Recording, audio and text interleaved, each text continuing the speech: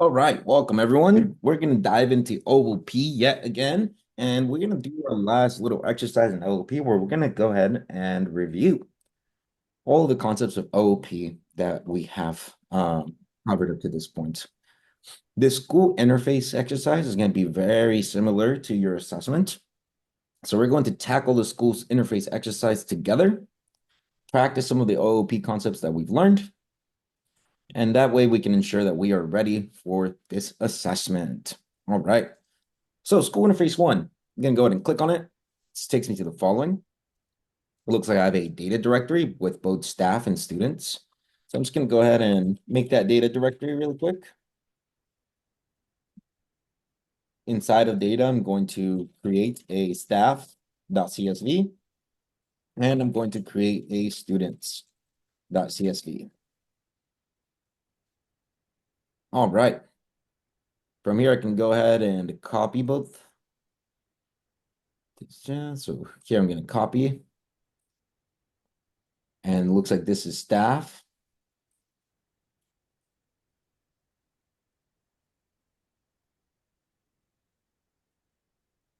I'm going to grab students.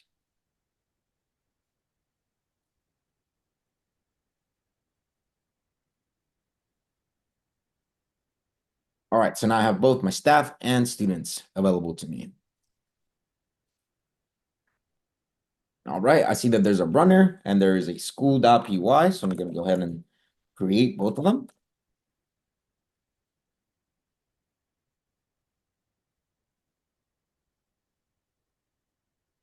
And unfortunately, I created both of those inside of the data directory, so I'm just going to quickly move them out utilizing this interface here.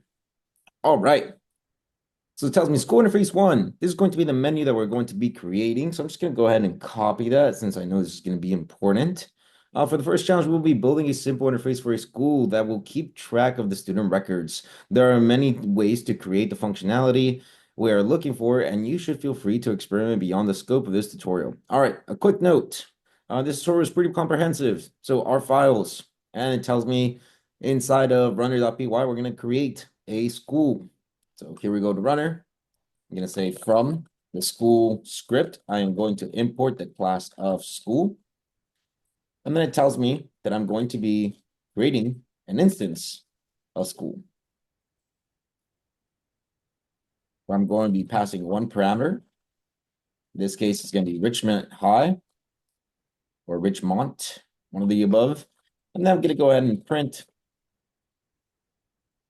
the school dot name. All right. Now here it tells me how to create this class as well. It tells me to go ahead and create this class inside of the school. I'm going to go ahead and run class school. We know that this is going to take in an initializer with self name. Self.name is going to be equal to name. We have self.staff will be equal to an empty list. And self.students that will also be equal to an empty list. Now that name seems like something that should be privatized. So I'm going to go ahead and create a property for it.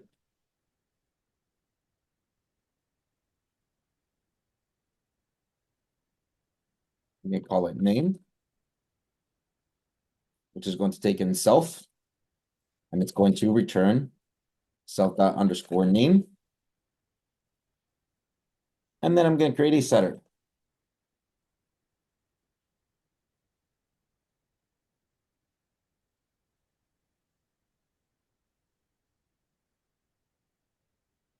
That will go ahead and create a name.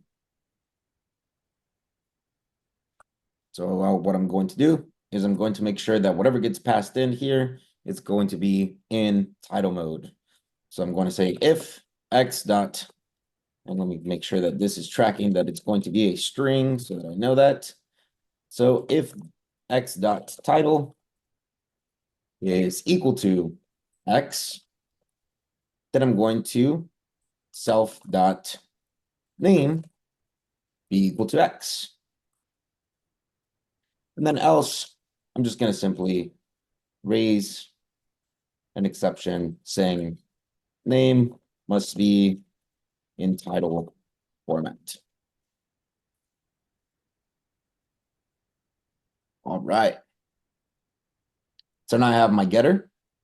I have a setter for name, and I've created my class of name. Fantastic. If I take a look at my runner seems like it's still not able to identify as the school class. Let me see here. Yes, it is.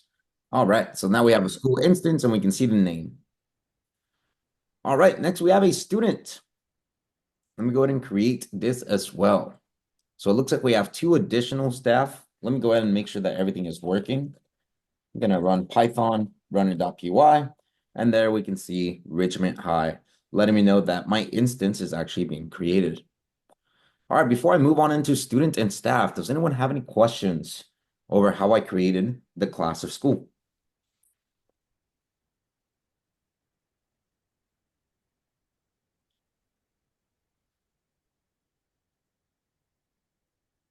Okay, if no one has any questions, I'm gonna go ahead and create both of these. So student.py, staff.py. I'm going to open up student. Here I have my class of student, which seems to take in self. And rather than taking a look at this example, I can even take a look at the data for a student.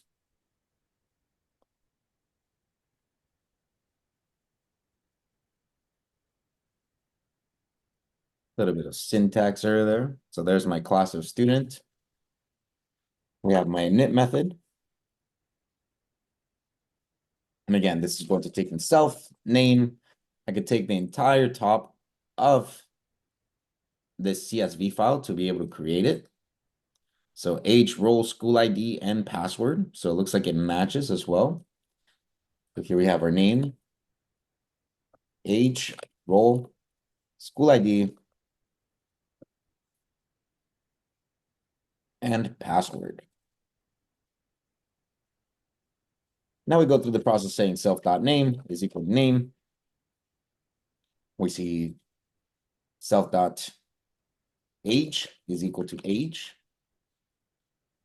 Self.student, or excuse me, role is equal to role. Self.school ID is equal to school ID. Self.password is equal to password. All right. I can go ahead and create some getters and setters here as well. So I'm going to go ahead and call the property. In that property attribute, I'm going to define name, which is going to take in self, and it's going to return self._name. I'm then going to create the setter, which again will take in name, self, and x. I'm going to say if x.title is equal to x, then I'm going to have or set the value for underscore name to x. Else, I'm going to raise an exception saying name must be in title format. All right, so there's our name. Now, role seems like something that should be created only once, and then after that, it shouldn't be changed. So I'm also going to make a getter and setter for it.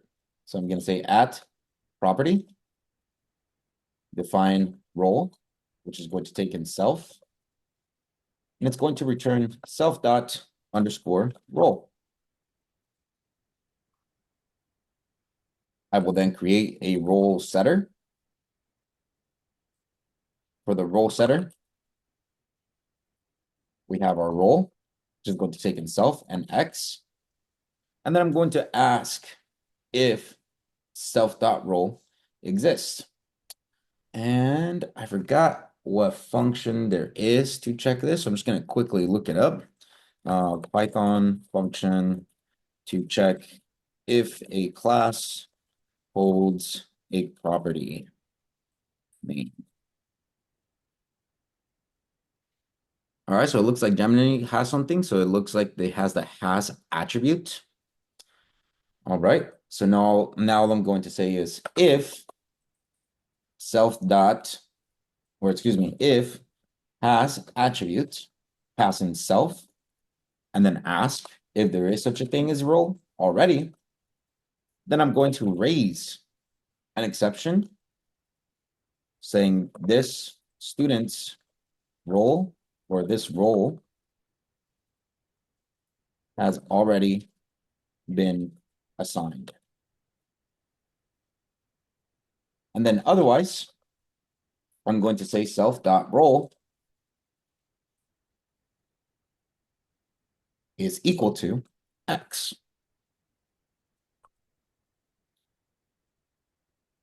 All right, let's see what else we have. Age seems like we should be able to change it. School ID is more than likely something we shouldn't interact with either. So I'm going to go ahead and interact with this to make sure that doesn't change. Pretty much following the same thing as the role. We don't want to copy and paste information, so let's go ahead and write it again. So we say at property. Here we have our school ID, where the school ID takes in self, and it returns self dot underscore school ID. Finally, we have our school ID setter,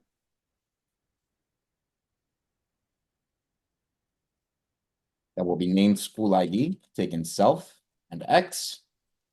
We'll ask the same question, has attribute.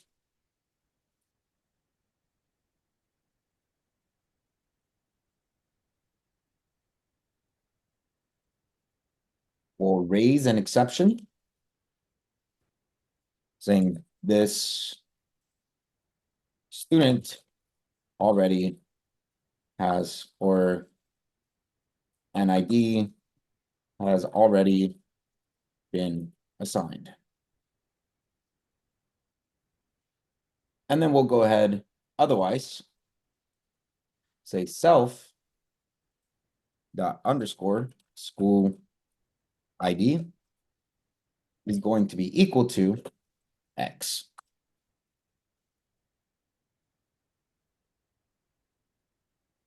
All right, awesome. And we'll leave password and age alone, just to make sure that we're saving a little bit of time real estate here. All right, so there's my student that I have just created. Does anyone have any questions in regards to student?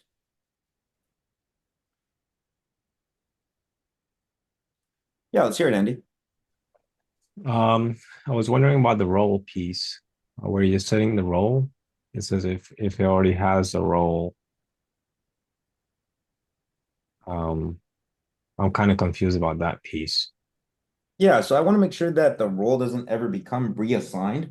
So all I'm doing is saying, hey, if this attribute already has, or excuse me, if this instance already has a property named role, then we're going to raise an error saying that, hey, we already have one assigned to us.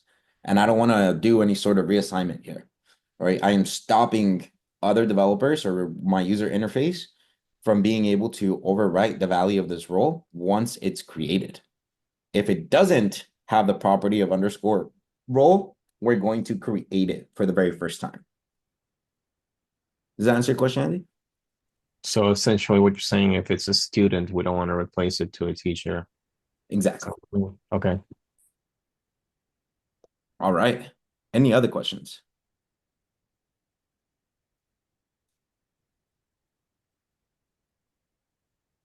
Okay. If there aren't any other questions, let's make sure that this works. All right. I'm going to go ahead and take Lisa here. Come over to the student. And I'm going to create a student of class student. I'm going to go ahead and pass in the following arguments.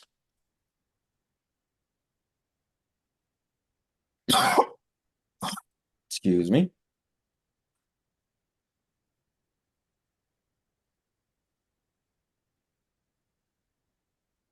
All right. And now let's go ahead and print student.name.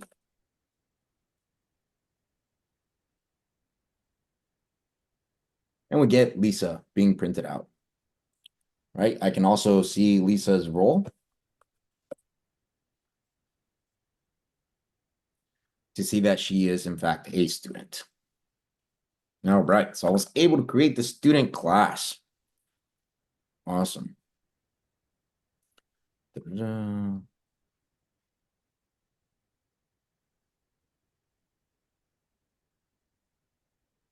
Okay, we're going to dive into staff quickly, and then afterwards we'll move everything into their own separate directory as suggested down below. Oh, actually, we still have quite a bit. Easy peasy.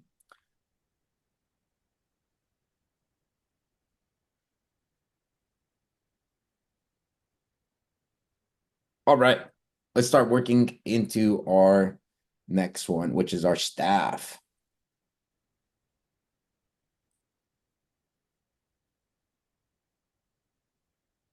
All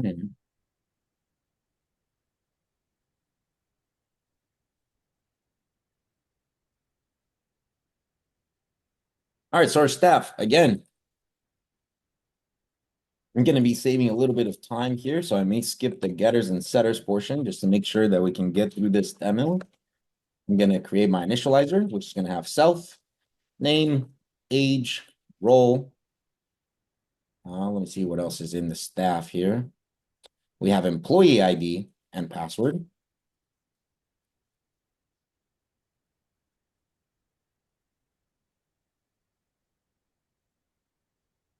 All right. Now I'm going to go ahead and do self.name is equal to name. You can say self.age is equal to age. Self.role is equal to role. Self.employee ID is equal to employee ID. I'm going to say self.password is equal to password. Well, I'm just now realizing something. It looks like my student and my staff are extremely similar. Both of them have the parameter of name. Both of them have age, role. The only really unique difference is the employee ID and password. So what concept of OOP can I utilize so that I'm not rewriting code? Inheritance. Yeah, inheritance. So let me go ahead and create one last file here. I'm going to touch a person.py. And I'm actually going to take this class of students and I'm going to gut it since it has the most amount of information.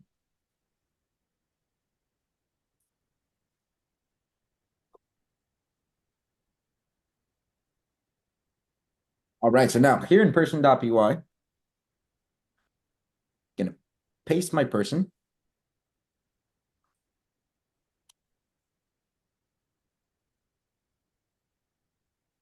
And it looks like we have name, age, role that belongs to everyone. We know the school ID is unique, so I'll replace that and take off that school ID as being as an argument. And now we'll go straight into password. We have our getter for name, which works. We have our getter and setter for roles. This school ID would be unique. And now we can utilize all of these getters and setters inside both of our classes of student and staff. Well, let's do so. And let's start off with student since we already have an example down below. I'm going to, again, run Python student.py. We see that all of this code still works. Now I'm going to utilize inheritance and change a little bit of my code. So I'm going to say from person I want to import a person. My student will be a class of person. And here I will be utilizing super dot init method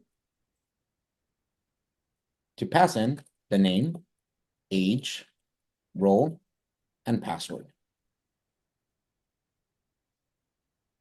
That means I no longer need them here.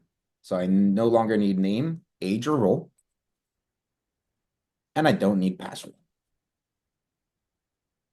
I do not need a getter and setter for name because I have already created it inside of the person class. I do not need a getter and setter for role because I have it inside of the person class. And I am going to keep my getter and setter for my school. Now let's make sure this still works. All right, so I still have a student. And if I wanted to take a look at other arguments, such as age, we can see age is working. If I wanted to see something like name, we can see that name is also working. Let's try to assign a role, see what happens. Let's say print student dot role is equal to staff.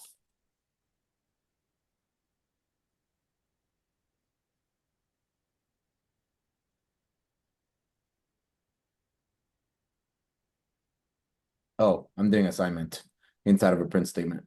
That's what's going on. Ah, I apologize. Quick little boot mistake to embarrass myself in the recording. No biggie. All right. How to show some examples for for the class. There you go. And now when I run this, you can see that student.role raises an error and it lets me know this role has already been assigned.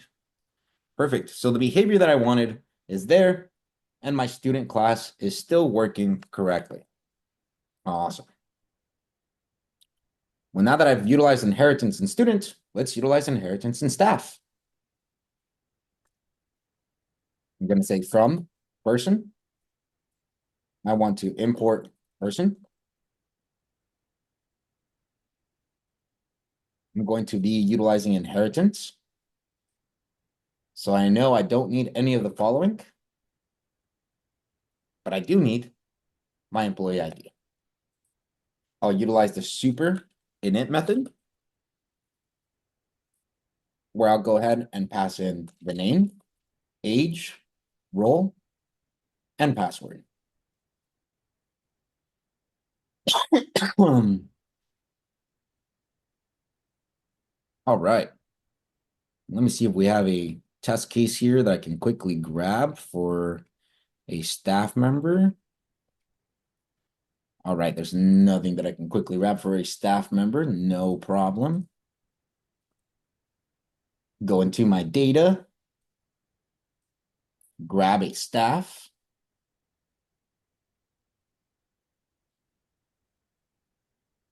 Which looks like a couple of these staff members are going to go ahead and throw an error already because of our setter. All right, we're trying to make sure that they are created with a capital letter. So this one would already raise an error or an exception there. All right, so that's something to take into consideration when we're looking at data. Gonna grab this, come over to the staff. I'm gonna say staff is equal to an instance of staff.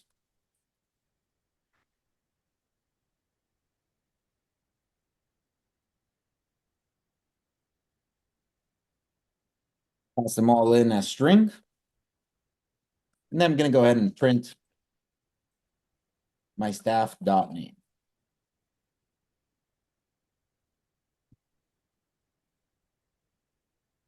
You can see that Mertz is being logged, or excuse me, it's being printed on my terminal. All right.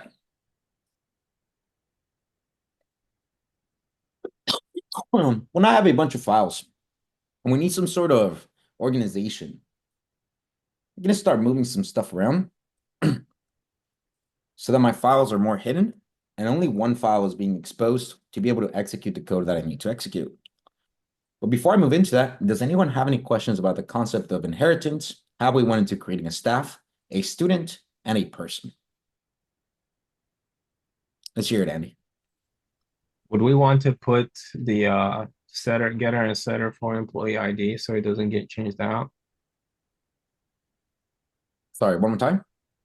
The employee ID, I assume that's something that also we don't want to be changed easily. Would that also get an setter, getter, and setter? Yeah, it absolutely can. Let's go ahead and do it. We can say at property, say self dot employee ID, or excuse me.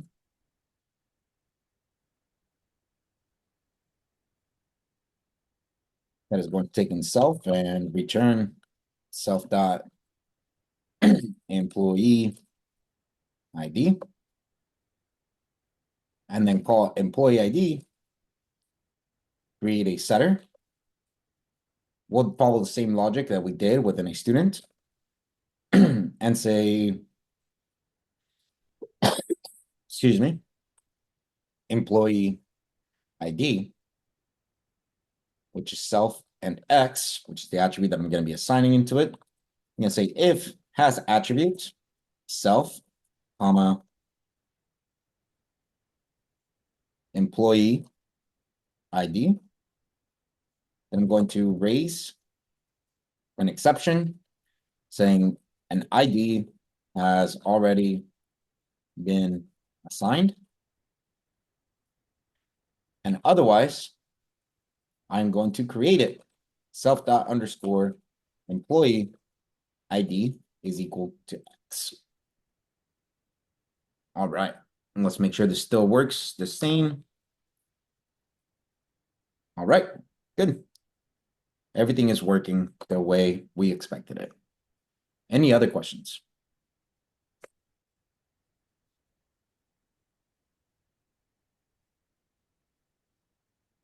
All right, let's move some stuff around then. Gonna go ahead and create a directory named classes. And I'm simply gonna move this school into classes.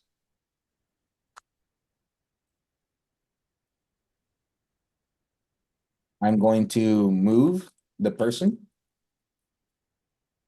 into classes. I will move staff.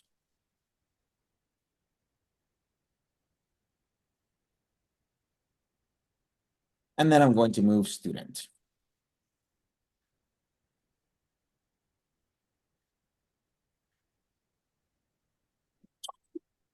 Boom.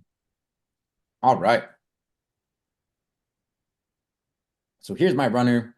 My runner is saying that it no longer can identify all of these other classes, or it can't find where school is located. So let's take it one step at a time. I want to see what's going on here in school. I'm going to go ahead and say that for my school, if I utilize Python and try to execute my runner, it tells me, hey, this module can't find something named school. All right. Well, it's no longer here accessible. So I'm going to say from classes.school, import school. And now when I run it, we get Richmond High. Okay, great. Let's take a look at our different classes. We just finished our student example.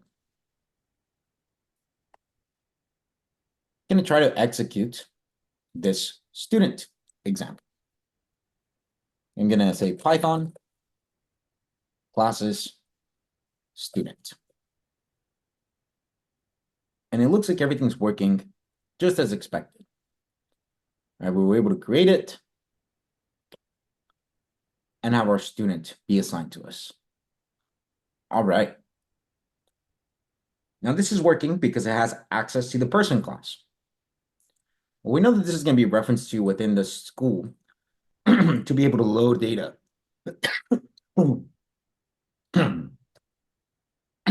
Excuse me. We haven't created this method yet, but I just simply want to import from student. I want to import the class of student and say from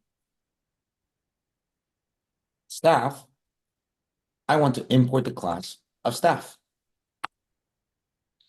All right, now these import statements are happening.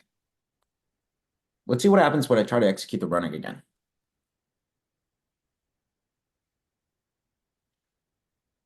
Now I'm getting an error. And it's saying no module for student. All right. It's having problems being able to find student, and it's telling me that it's having problems being able to find staff. But they all exist inside of the same directory. So what's going on there? Can anybody help me with this error?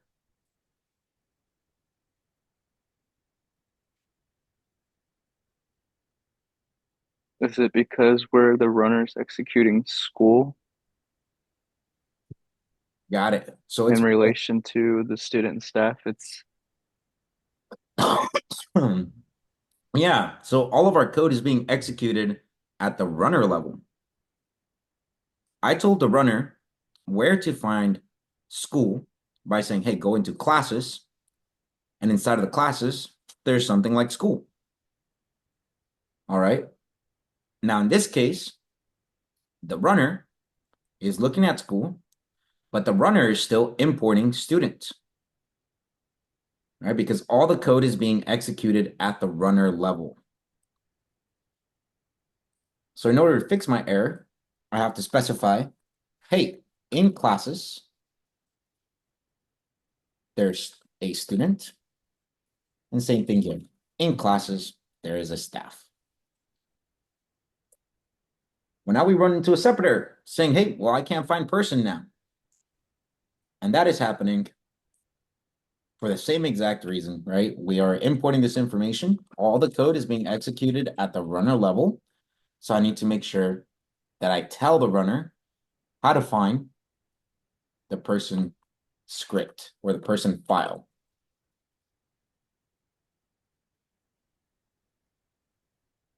And now we finally get some executable code all the way from the runner level.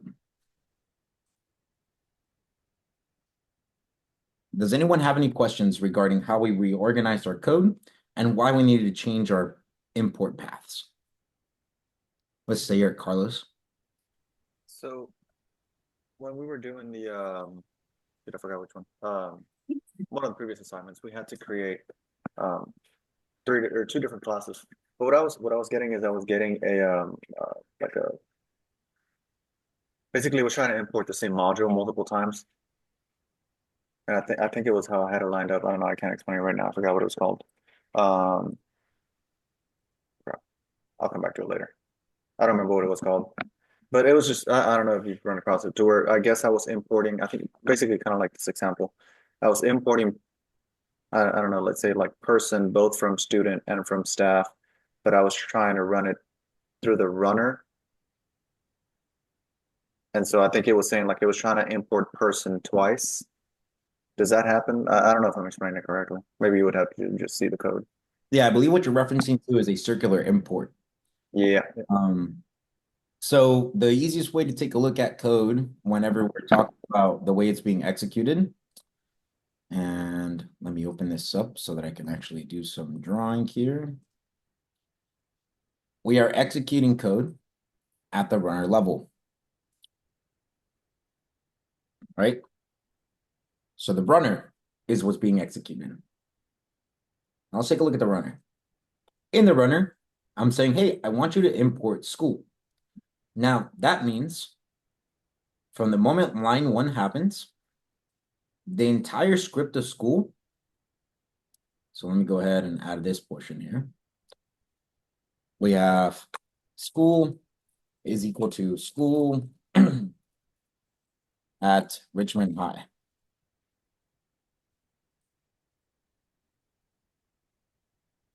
And then we have print school dot name.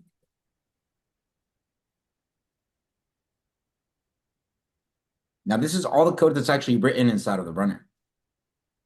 But the moment that I go to execute that line 1, and I say from classes.school import school, the entire script of school is now being executed within my runner. So now let's go take a look at that script. In here, I'm saying that I have the student, and then I have the school class. Well, again, at the very bottom of my file, I have my school class, or my declaration of class school.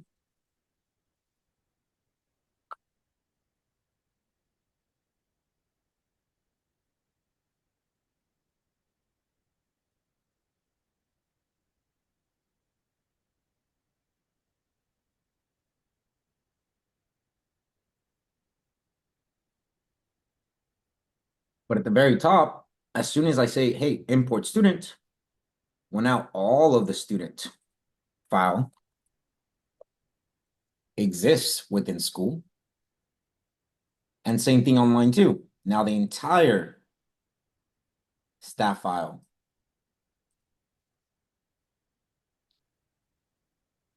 also exists. And if you take a look at my terminal here, when I executed the code at the runner, the very first print statement that happens is Lisa. If we go over to the student file at the very bottom, here's my print statement for Lisa. If I uncomment this and I run my code at the runner level, you'll see that the first print statement that comes out is Lisa. That's because it is running from top to bottom. In the student, we have a print statement that says print student.name. It continues on, gets to the school, finally gets to the very last portion, all the way back to the runner, creates an instance of school, and then prints the school.name. So I hope that helps with that circular import portion. What more than likely happened is you were referencing school inside of student, and you were referencing student inside of school. So, this is almost exactly the same layout, but so both student and staff are a person, and both student and staff are importing person. So when it tries to pull in student, it'll import person, but then it goes into staff and tries to import staff, or it tries to import person from staff. Does that make sense? It does. What's actually ends up happening here, so this works perfectly fine, right? If I go to execute this, we can see that this is already happening, and we can execute this. But if I come over to my staff, and I say from classes, I want to grab student and import student. And then I'm going to come over to student, and I say from classes, staff, import staff. Now when I try to execute my code, I get this cannot import student from a partially initialized module, classes, student, and this is called a circular import. Mostly due to a circular import. So I just have like an extra import in there that is probably not needed. Yes. But let me go ahead and explain to you why this is happening.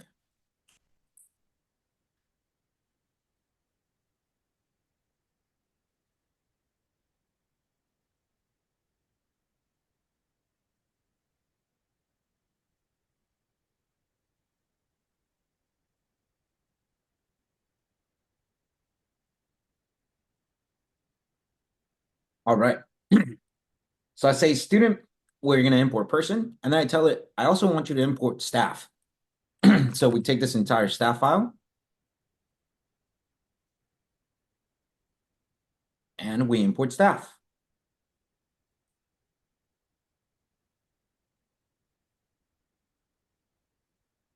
But then when we go into the staff file, it says, oh, well, I also want you to import student.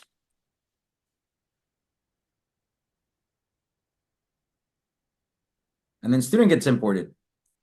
But then we go back to student and we tell it again, I want you to import staff. And now staff gets imported and looks like this. And then we run it again.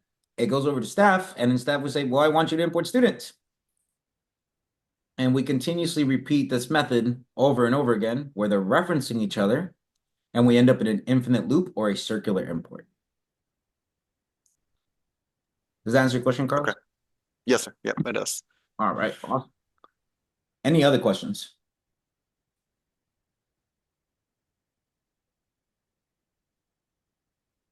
All right, awesome. If there aren't any other questions, then let's dive into the last portion of this part 1 assignment, which is going to be creating an all students and all staff.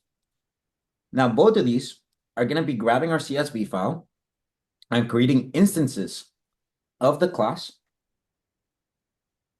And I can see that it's being called from a class level.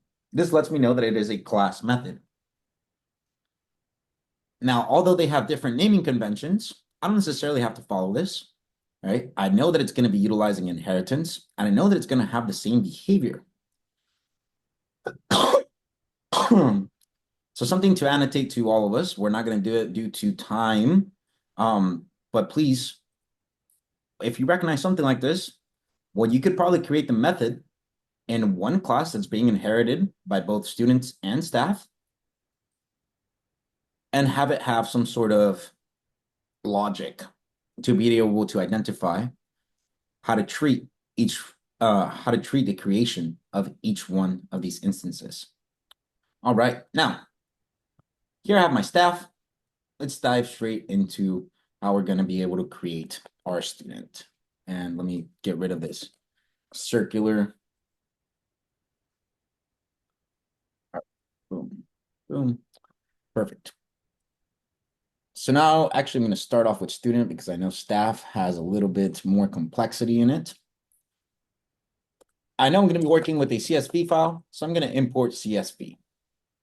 And now I'm going to create a class method that is going to create new students or load new students from a CSV file. So I'm going to say, hey, this is a class method. And what it's going to do, or what it's going to be named, is all students. Because this is a class method, it will take in CLS. Now, I'll say with open, and I'll reference the directory from where the runner is located. So I can take a look at my file layout here. So I know that my runner is in the same area as data. So I'm going to say, hey, I want to enter data. And from there, I want to grab students. I wonder if it's student or students.csv. Okay, students.csv. And here I'm going to go ahead and read. And I'm going to reference this as file.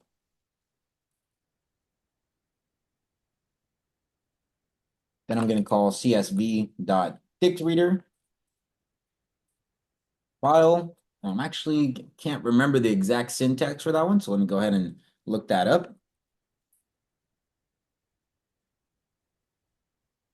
I'm just going to do CSV dictReader. All right, so here we have CSV dictReader. Let's see if they have a bit of an example here. So CSV reader. All right. Seeing a couple of things there. Oh, there you go. So my reader is going to equal the CSV reader. All right, I forgot to add this new line portion. No biggie. I'll go ahead and add it in there. And then we're going to iterate through the rows. All right, great.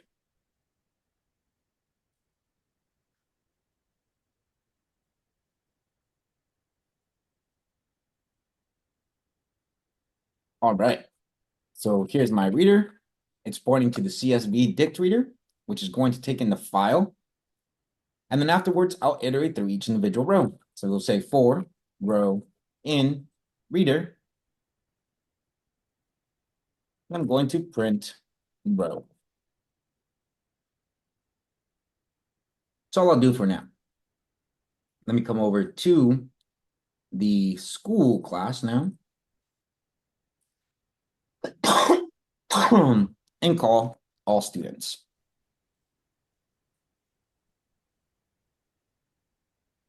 Gonna execute this block of code here.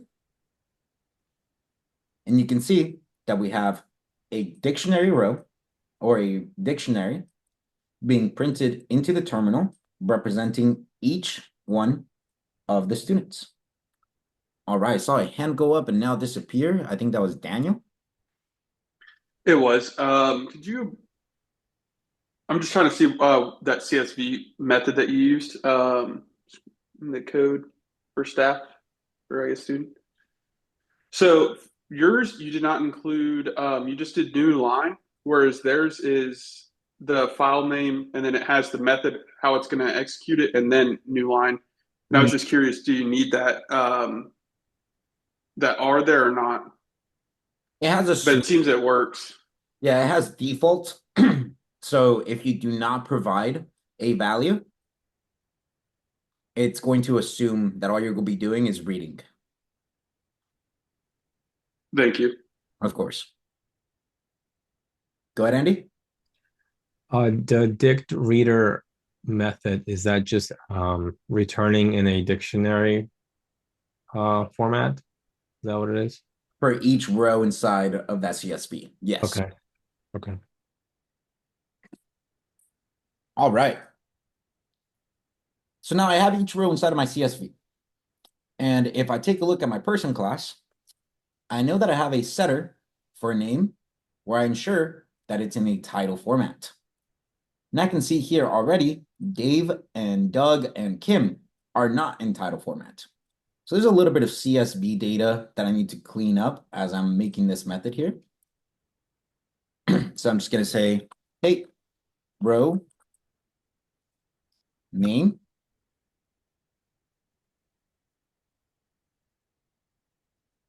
is going to be equal to row dot get name dot title. So that's going to ensure that the row name representation is in title format. So again, let's go ahead and print row. And now we see that Doug and Dave and Kim and all of our students are in title format. We now cleaned up our CSV data. Let's go ahead and create an instance that we can send back. So here I'm going to have my students list. I'm going to say new student is equal to CLS, where I'm going to pass in the row. So that's going to create a new instance of the class student. And then I'm going to append it. So students.append new student.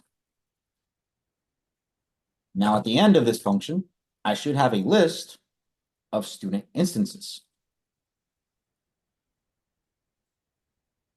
That's exactly what I get. I get a list of student instances. Well, now I'm just going to return that for my function call.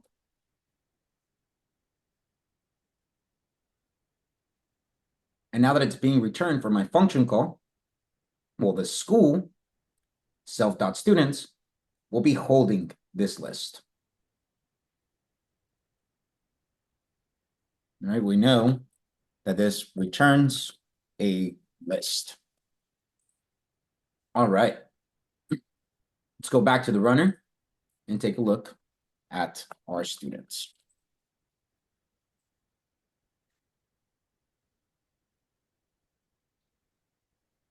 There you go. We get a printable list of all of the students. All right. Does anyone have any questions over what I just did here?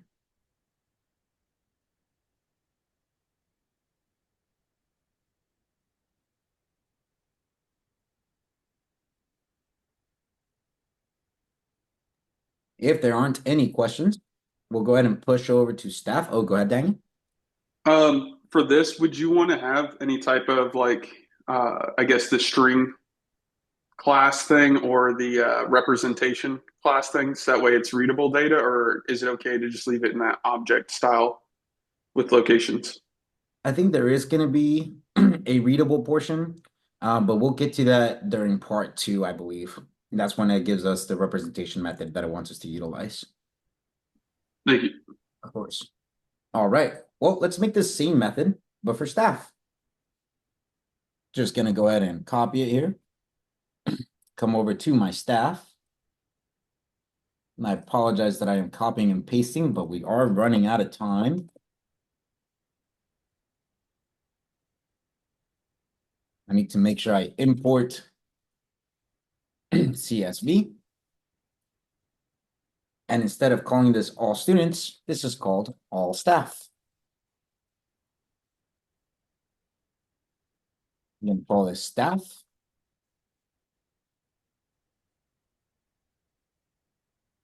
And I'm going to also reference this as staff. Now, for my staff CSV file, let me go ahead and check that. Okay, my staff CSV, we are already fixing their name by turning it into a title format. And it looks like that's the only thing that needs to be addressed at the staff level. I'm going to simply go back to the school and call this method staff dot all staff. I think you were still using the students CSV file for the staff.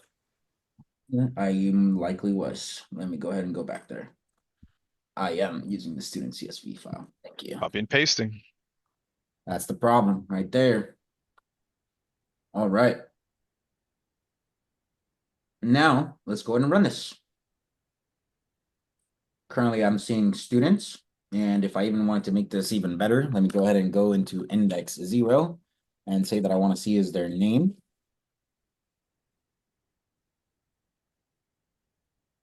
And then instead of students, I want to see staff.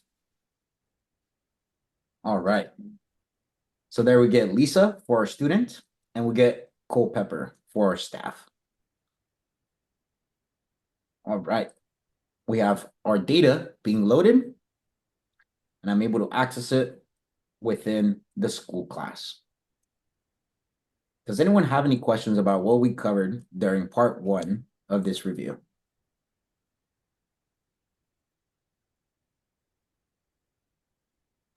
Let's hear it, Carlos. Could you go back to the staff real quick Yes, sir. where you do the CSV? Okay, line 29. So you're in the staff, and I'm just wondering. Oh, okay, never mind. So it still says student on there, but it's just a variable, so it doesn't really make a difference. That's what was throwing me off. I was like, how is it still working if that was in there? Got it. Yeah, staff. It was okay, but it's just, I guess at that point it could be named X and it doesn't matter. It's just okay. Awesome. All right, Andy. Where it talks about self.staff and self.student, was that in a runner file? Self.staff and self.student. I believe that was, yes. Oh, No, school. That kind of confused me a little bit. all right. Self.staff and self.student. Yeah, that threw me off. Got it. Could you So, could you go a little detail on that, please? of course, a school has, this is a composition, right? The pillar of composition where we have has a relationship to other classes. So a school has staff and a school has students. Now, in order to be able to access both the staff and students, I need to load their data, which is happening from the staff class. If I take a look at all staff, we open the data, use the dict reader to create instances of each individual row for every staff. We append them into this list, and then we return that list. Now, this return value gets stored in self.staff. Okay, makes sense. Awesome. All right, any other questions?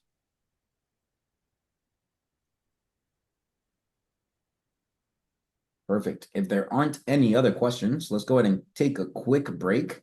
We are likely not going to be able to do the whole switch of code because I do want to make sure that we get all the way through this exercise. So let's take an 8-minute break and then we'll come back for part 2 of this review. Thanks so much, everyone. And I'll see everyone back here at 4:05. All right. So now we finished part 1 of our class here. Excuse me. We have finished part 1 of the school interface. Let's go ahead and dive into part 2. Now, in part 2 of our school interface, we're going to have a menu. And it looks like all of this is going to live within the runner, where we're going to request a mode, take an input,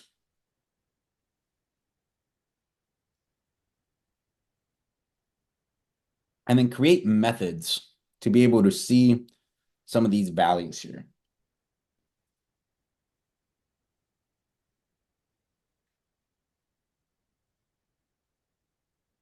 All right. Looks like that's going to give us a string method as well that we can utilize, and then the ability to quit. So just 3 quick implementations here.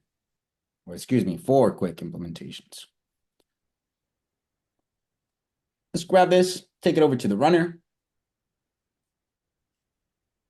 And here's where my statements are going to live.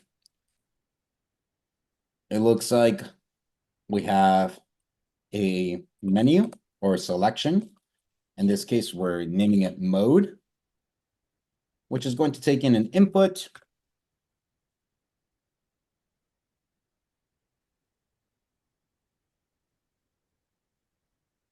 Of the following. All right.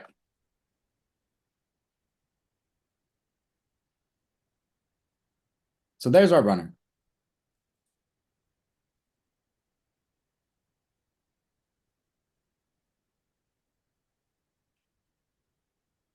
Now I'm simply going to capture the input and say, if it's 1, I want to list all of the students.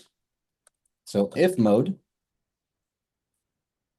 is equal to 1, then I want school to list students. All right, this list students doesn't exist, and it looks like this is an instance method. So I'm going to come over to the school. And in the school, I'll go ahead and create my method. I'll say list students, which takes in self. It will iterate through the students. So for student in self.students, I'm going to print an F string that will have the student dot school ID. I believe that's what we want to see here. So it's name and school ID.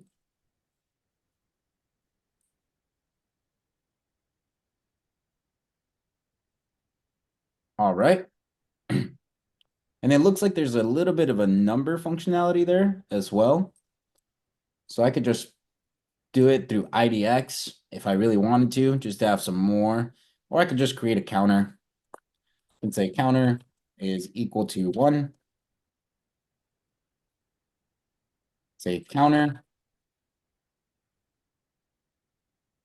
period. And then afterwards, increase counter by 1.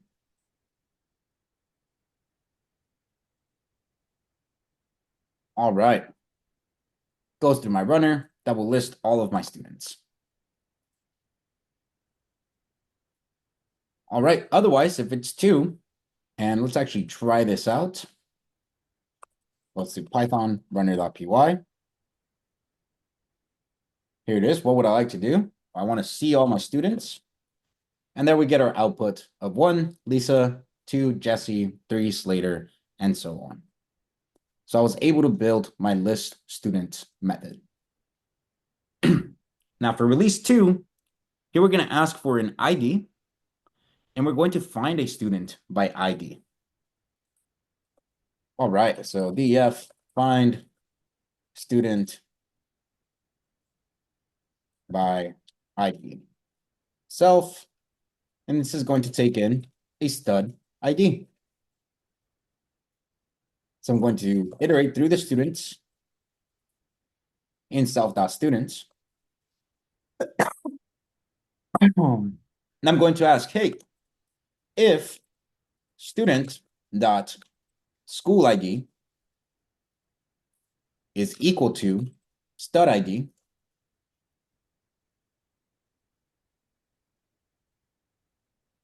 then I want to return this student.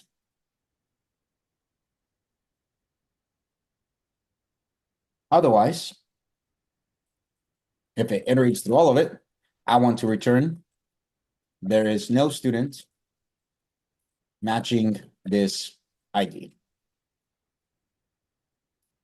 And let's take a look at our representation method there for Lisa. So this is not a representation method. I apologize. This is a string method. So let me go ahead and add that to our student.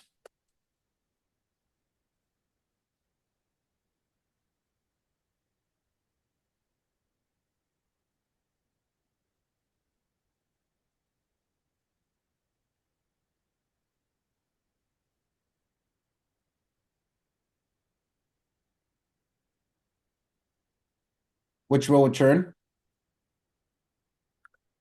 self.name, self.age, and self.school ID. All right. So there's our string method that has been created at the school level. We're going to find this student by the ID and return the student, or let the user know that there is no student matching this ID. All right. So now in the runner, we'll say elif mode is equal to 2. Then I'm going to capture that ID. So stud ID be equal to input. And it looks like all it is enter student ID. We'll say student. Oh, I see. So it's always going to return something. So let me go ahead and instead of returning the string, we could return none instead, but I'd rather do it this way, saying there's no student matching this. Yeah, we'll do that. I'm actually going to make this even easier. I'm just going to print school, find student by ID, and then pass in the stud ID. All right, so in this case, I'm going to go ahead and grab Kim's. I'll run my runner. I want to view a student. It tells me enter the student ID. And I get back Kim as a result. If I run it again, press N2, and I place a bunch of gibberish, it tells me there is no student matching this ID. All right. So now I've been able to create release 1 of being able to find one specific student, and release 2 of being able to represent that one student through a dunder method, a dunder string method. All right, finally, I want the ability to quit. So all I can do is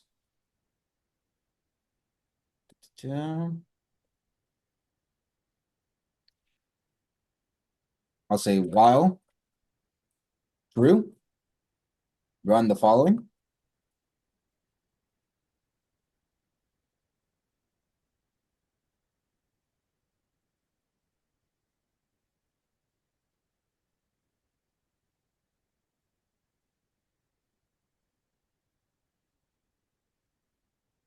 I'll say elif mode is equal to 5. I'm going to break the loop. And else, I'll print this is not an option.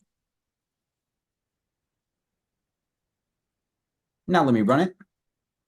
I can view my list of students in the terminal. You can see them being populated. Let's say I want to take a look at David there. Gonna choose option 2. Take a look at David. All right. If I type in a bunch of gibberish, it tells me this is not an option. And finally, when I run 5, it quits. And I'm back to my regular terminal. All right. Does anyone have any questions over the second exercise or the second portion of this review exercise? Let's hear it, Michael. Is there a benefit to using the while loop versus returning to this function? Simply not really a benefit. I would always recommend utilizing recursion. It's a better way to control your state flow, and you have to explicitly tell it to return, so you're aware what's going on within the loop. The only reason why I didn't do it is because I didn't have a function that was defined. All I have is if-else statements. So the easiest way to wrap it was putting it inside of a while loop. Gotcha. Thanks. Of course. All right. Any other questions?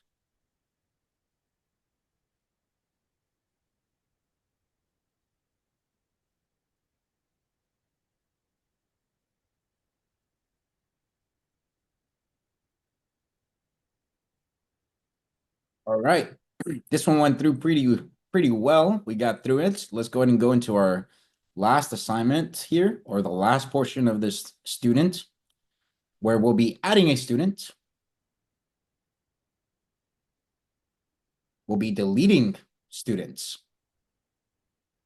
All right, which is option 3 and option 4. All right, so being able to add a student, that seems like it's something that should live at the school level, right? Because school is what's holding all of the students. So I'm going to make a method here. I'm going to say df add a student that is going to take in self. And here, I'll go ahead and create a dictionary. I'll say new student. Now make that equal to the following. I'm going to capture name. Please enter student's name. I want to capture, I know that role is going to be a student. And actually, I want to make sure that this is in title format. Otherwise, it's going to throw an error. All right, I want to make sure I capture an age. So please enter student age. Let me see what else falls inside of the student. So we have name, age, role, school ID, and password. All right. So the next portion is going to be to maybe take care of the password.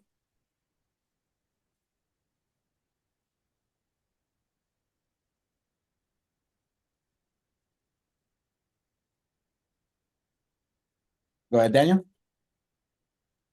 Would you need to typecast integer for the age? As of now, we haven't been typecasting it. If you want it to be an integer, you could write the logic for it. Let me go ahead and do something like that. So I myself will create a method here that would capture age, right? And then what this method would do is say new age. I would make that equal to the following.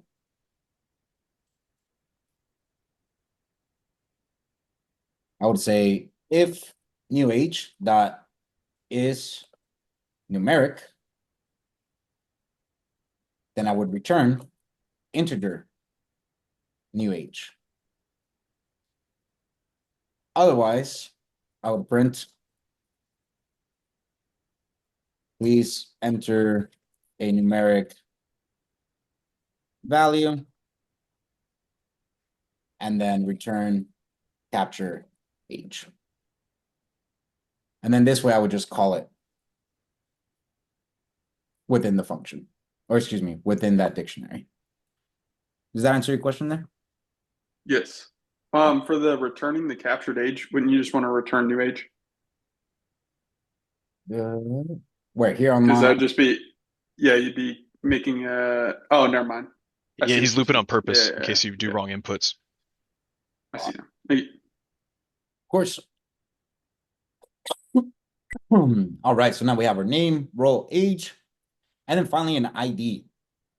Well, for the ID, it's a little bit more difficult because an ID must be unique. And from what I can see here, it looks like IDs are a series of numbers. So I think what I want to do is I just want to increment IDs as they continuously get added into the database or get added into this list. Go ahead, Carlos. So if you wanted to keep the format of the ID like to where you can start it with a 0, yeah, we'd have to pass it in as a string, right? I know we're not trying to go like to match this exact one, but if you did want to start it with a 0, you would have to pass it in as a string because if you pass it as a number, it takes that 0 away, right? Yes, that's correct. Okay, okay. Thank you. Of course. All right.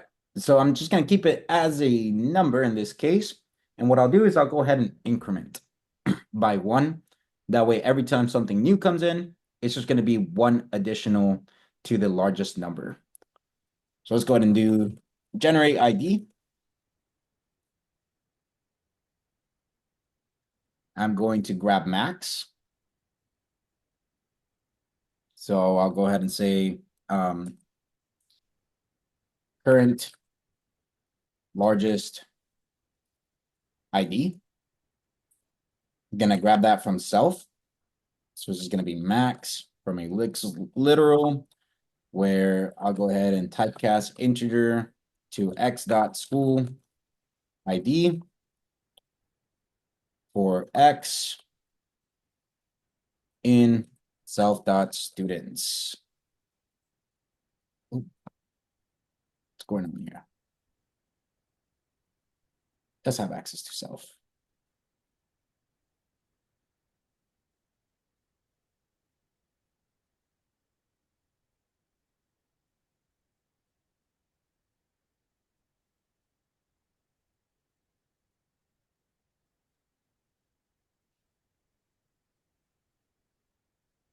It shouldn't throw an error. I'm not sure why it's.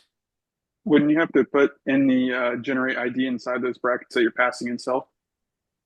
In the parentheses, my bad, on the definition line.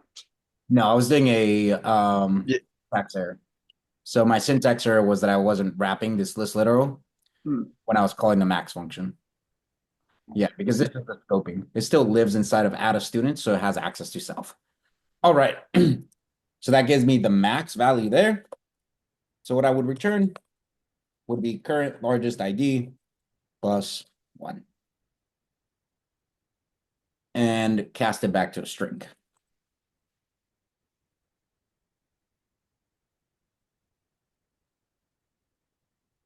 All right.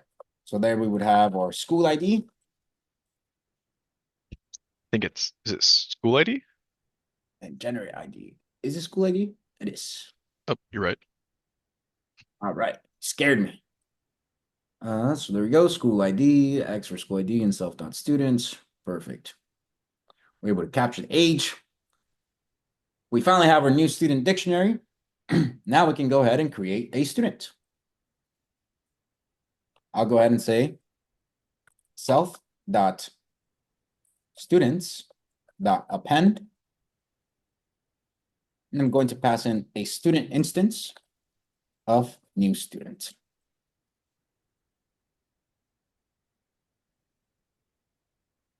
All right, let's take a look at what this method looks like. Let's go over to the runner. Add a student is option 3.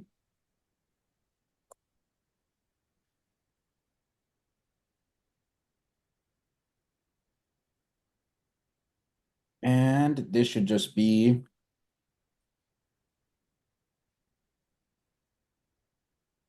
add a student. Execute the runner. Let's make sure nothing broke. I can still view and I can find.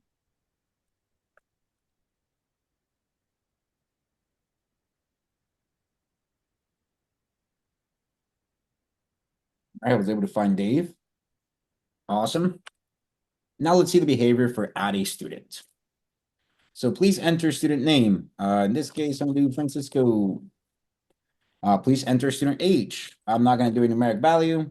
So it tells me, please enter something numeric. All right, let's do that. Enter student password. Python. Why not? All right, and now when I go to list my students in my first method, we can see that Francisco has been generated. And my ID is 8099891. I can now copy that. I can go into my view an individual student method, paste that ID, and Francisco would populate as a new student inside of our makeshift database. All right. And that is how I'm able to add a student. Does anyone have any questions regarding adding a student? So far, this is only adding it to like that instance of school, right? It hasn't, other than pulling the information from the CSV, we haven't done anything to push it back, right? No, we have not. Okay, okay.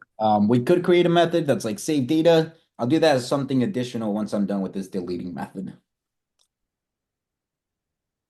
All right. The last portion here is going to be a deleting of records. Because it's something as simple as a list, I want to remove by value. So let me see, just make sure. I believe pop is what's going to do the trick here. I know that we also do have remove. Actually, remove might do the trick here. Let's see. So list method, Python, remove by value. Yep, so it's remove. All right, so we call the list, remove, and then pass in the value that we would like to remove. Pretty easy. Let's go into removing a student. Well, I'm going to actually follow the same logic here of find a student, because find a student is going to return a student instance. So I'll say df remove student is going to take in self. I'll say student is equal to self dot find student by ID. And it looks like that takes in a stud ID.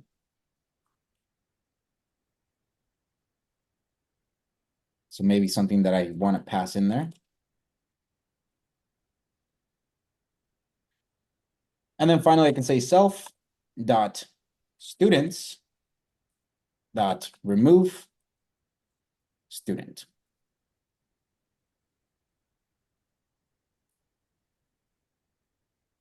All right, so we already had something to be able to find it, so we could easily find it, and then we could just remove that one student from our list. Let's put this logic in our runner. So here I have elif mode is equal to 4. And at this point, I'm repeating myself with this stud ID. So I'm actually going to take this block of code and I'm going to put it inside this find student portion. That way, I'm not taking it in as a parameter. And now that behavior is isolated to this one method.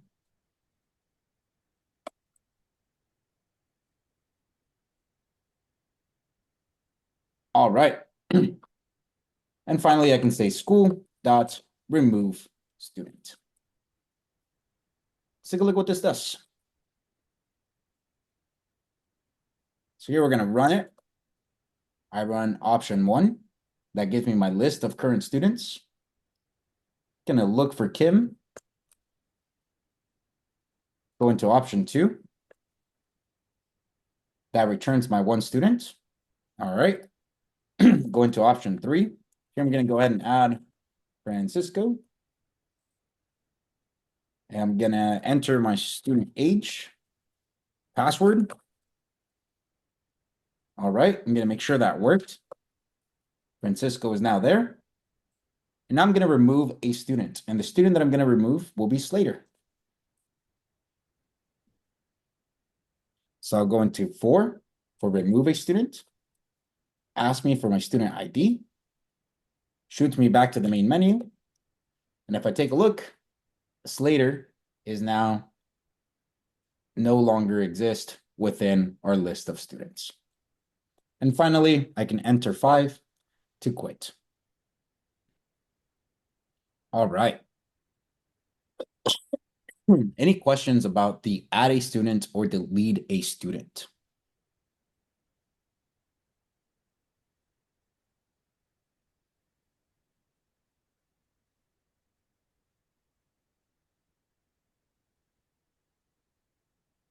Perfect. If there aren't any questions in this exercise, what we did is we created multiple classes.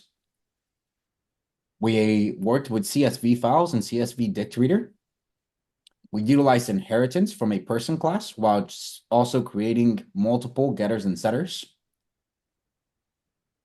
Staff practiced inheritance. Student also practiced inheritance. And school practiced composition. We have all of our getters and setters. We have instance methods within the school class, because all of these methods are utilized within the instance of a school. In this case, the instance is Richmond High.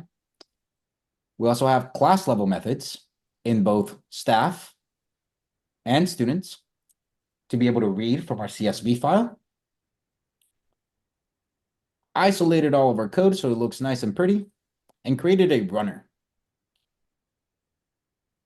where everything can be executed to view our code.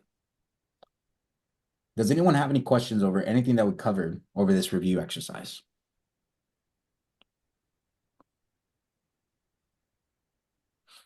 Perfect. If no one has any questions, I'm going to stop the recording